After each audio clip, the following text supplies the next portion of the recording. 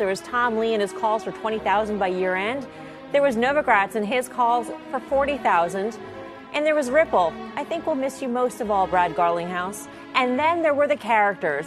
Bitcoin Jesus, the Oracle of Bitcoin, all 500 of the Ethereum co-founders, and who could forget the Coinbase screen grab and mindless trolling on Twitter, and of course our Bitcoin bug.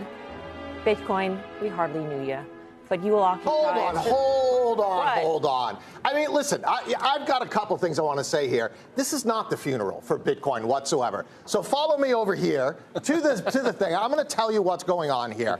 Couple different things.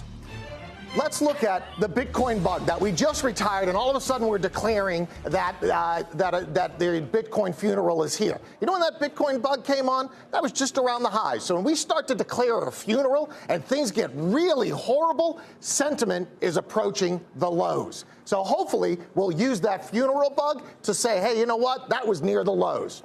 Number two.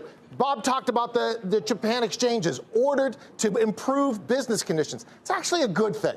Short run, it's going to be a little tough because they're stopping new accounts from coming in, but actually they're cleaning up the system. They're making sure it's more robust, making sure it's better for people.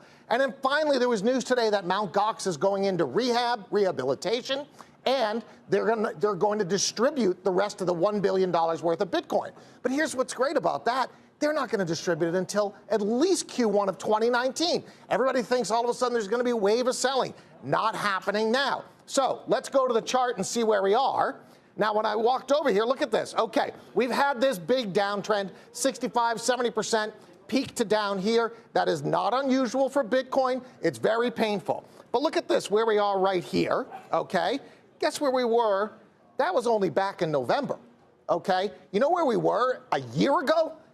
$2,500. So, let's put this in perspective. It doesn't mean that Bitcoin can't go lower. This is a bear market, and in bear markets, we don't know where they end. There's usually some kind of big crescendo to that.